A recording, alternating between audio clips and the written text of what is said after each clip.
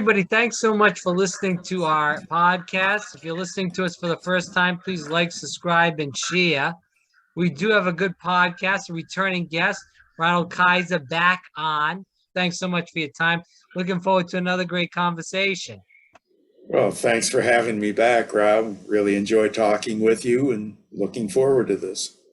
I do want to focus a little bit more on something that you developed called GAP. It's Goal Achieving Psychology. Can you tell the viewers a little bit about that in general and what it means?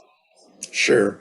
I come from the school of positive psychology, and positive psychology is the part of psychology that doesn't focus on illness, but rather on wellness. So, what we like to do is look at not the middle of the normal curve where the average person functions, that's not the goal. We want to exceed that. So we try and look at, what have people accomplished and what do they do differently at whatever age and whatever they're doing. What do successful and happy people do differently?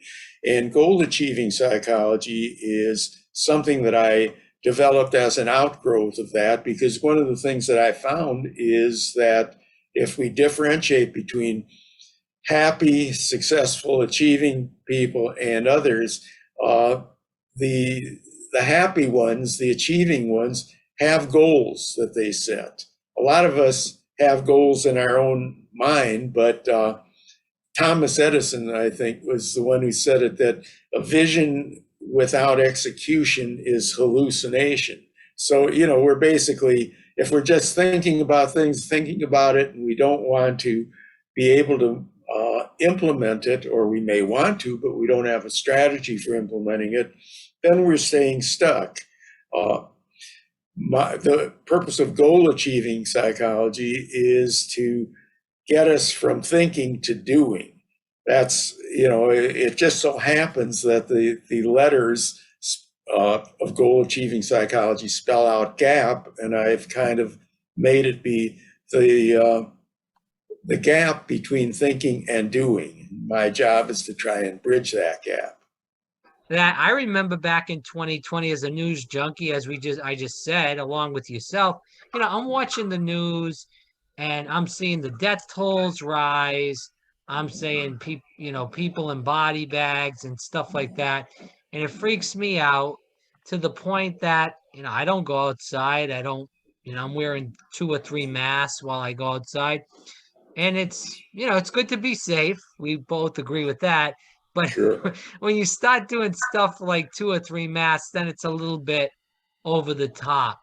Even though I know some officials at that time were talking about 2 masks.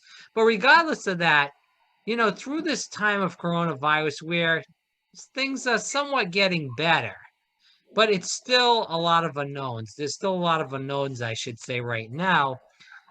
What would you tell people to do? Would you tell them to just fully stop watching the news because of all of that negativity, or what should they do to kind of bridge the gap there?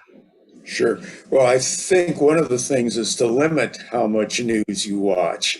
Uh, Before the pandemic, most of us were not working at home, so that there's a big chunk of the day that even if you use it as a background noise, you may have the TV on. And as you pointed out, most of these, cable channels, whichever side you're on, is they present it in a negative way. And if you try to get away from it by turning on the local news, I mean, that's as bad. It's just that instead of politics, they're talking about the murders and the rapes and things of that nature. So that, it's really pretty hard to escape it. So I encourage people to limit, the news, the amount of news that they watch, maybe a couple of times during the day for a half hour. The reality is that it's rare that you're going to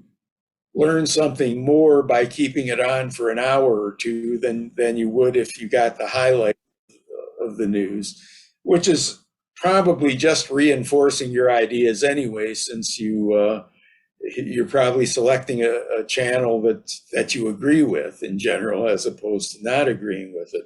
But I think the point that you bring up is really a basic thing that deals with the way we've evolved as human beings.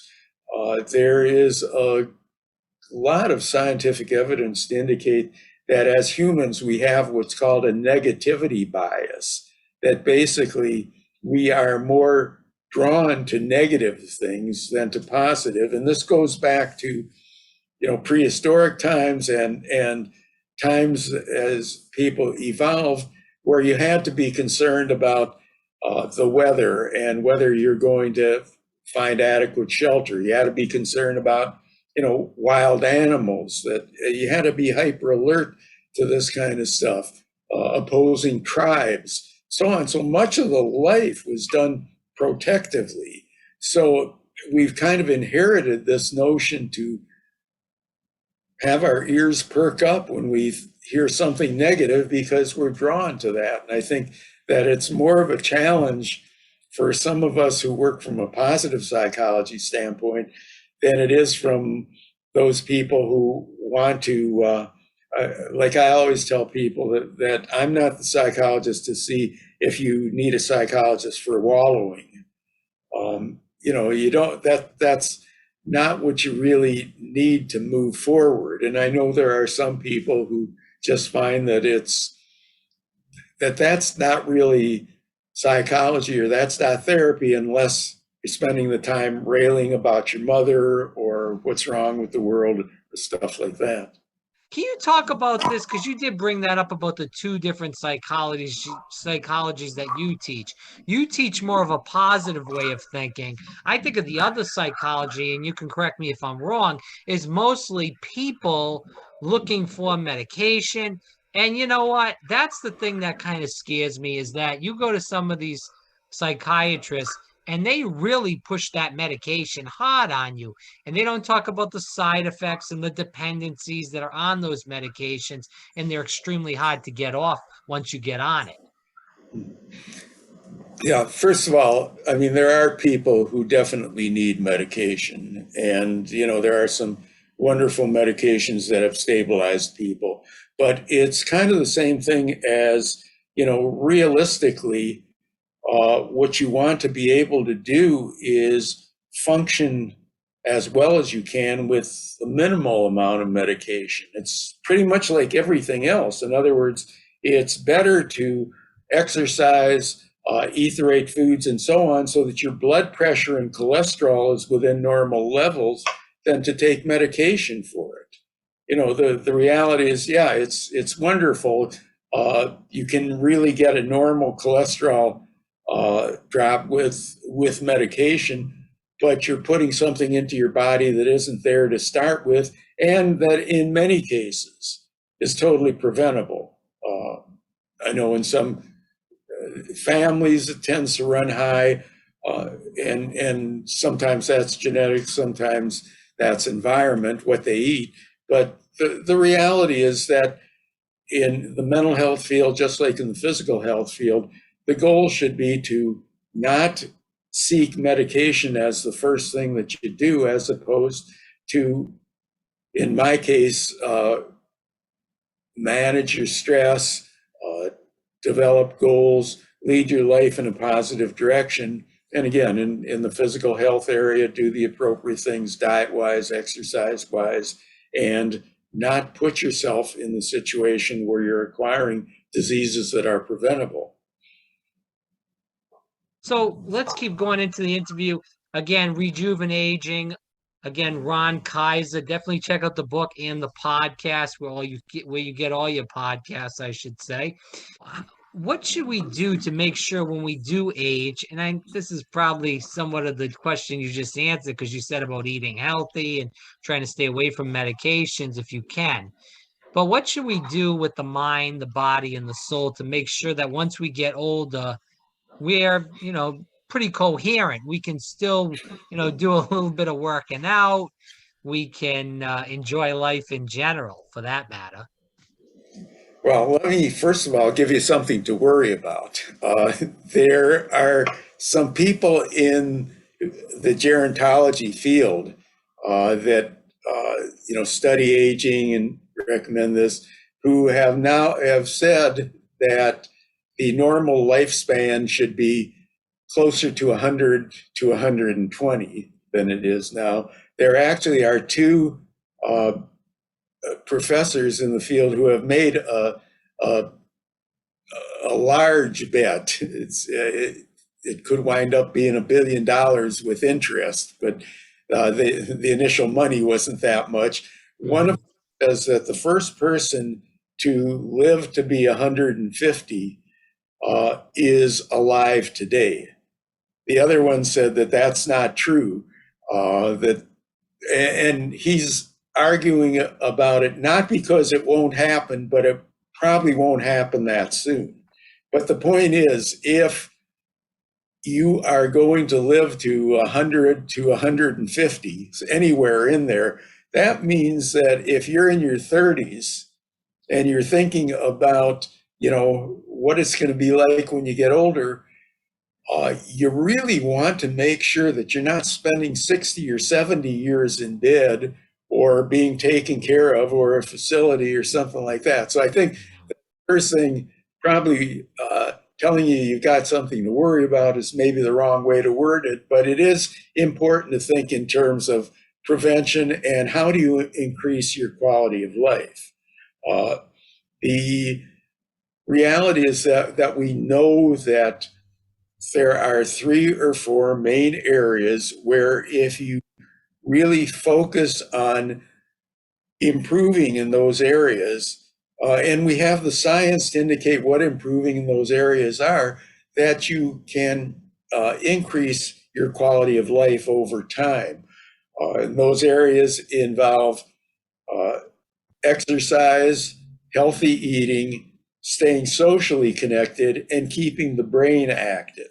So the reality is that at every age, for example, you should be doing some reading, studying that's outside of your field in order to keep the brain active. The more that you learn novel things, whether it be foreign languages or how to do things with your left hand more than if you're right-handed, that really is very protective against things like Alzheimer's and other kinds of dementia. Most of us who have adopted a healthy eating plan find that even though it may seem, uncomfortable at the beginning, you get used to it pretty easily. That you don't miss eating the wrong kinds of food. For myself, for example, I do what might be called an intermittent fast, and that I eat nothing between dinner and breakfast. And the evening snack was always part of my thing. If I, it was so handy. It was, especially when I worked primarily in an office. I mean, this was the only time during the day that I was in close proximity to a refrigerator or a cupboard full of food. But you learn and you don't miss it. I think the same thing. I don't know if you're an exerciser as I am, but the people who don't exercise think, geez, what, you got to get dressed, you got to change, you got to spend this hour. Where are you going to get the hour from to go to the gym or walk or run or whatever it may be? The reality is, if you wind up doing it for about, I think people say 21 days, then you feel worse if you don't do it. So, I mean, I think some of the stuff is not really magic. Maintaining social connections is critically important because loneliness really reduces longevity.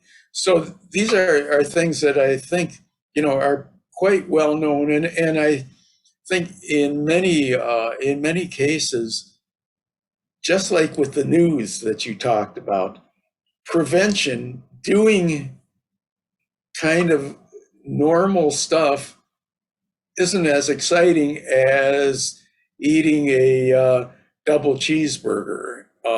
It's not as exciting as just binge watching, for example, as opposed to taking an hour out to exercise. So Right. uh, that's one of the things that I think people have to accept. You do things to maintain your car, your home, and so on. You should do the scientifically proven things to maintain your body and your mind. Let's end with this. What advice would you give to end the program to the people listening? Well, I think I would go back to kind of where we started, which is about being positive in your orientation. I think that too many people will get into a negative spiral of feeling that, I'm in this situation and then I'm stuck because of this. This is the job I wanted. I'm getting paid what I want. And therefore I have to give up more of myself. Or this is, the byproduct of what I'm doing with my life is that I can't take time for myself or to exercise or or to eat right or whatever it may be. I think that it becomes really important to say, let's look at you know positive kinds of things. Let's not assume the worst. Uh, my first book that I wrote was an ebook that it's called What Can Go Right?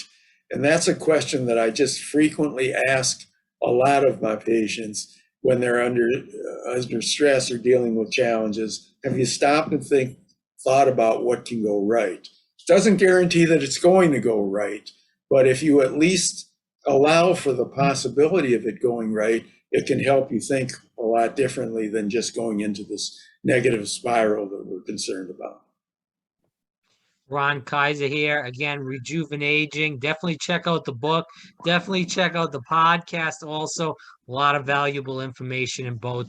Ron, what's the website where people can find you and get the book and learn more about you? Sure. The website is the Mental Health Gym, GYM, because I think my approach is less like a traditional psychologist and more like a trainer at a gym. So it's the Mental Health Gym. It's also a place where you can communicate with me. You can get the book there. You can also get it on Amazon, Barnes and Noble, uh, probably a few other places, but definitely there. And I'm always happy to provide any kind of input to help people kind of right the ship if they've gotten into a negative spin. Yeah, I have the book and I just started reading it. So once I'm done with it, I will give a little book review on that. But regardless of Okay, that, I'm sure it's good because this is the second time we've had Ron on, and we hope to have him on many more times. Ron Kaiser again, Mental Health Gym. Definitely check it out. And definitely check out again the podcast and the book, Rejuvenaging. Ron, thanks so much for your time. Greatly appreciate it. well, thank you, Rob. It's always a pleasure talking with you, and always happy to spread the word about thinking positively and becoming the best versions of ourselves.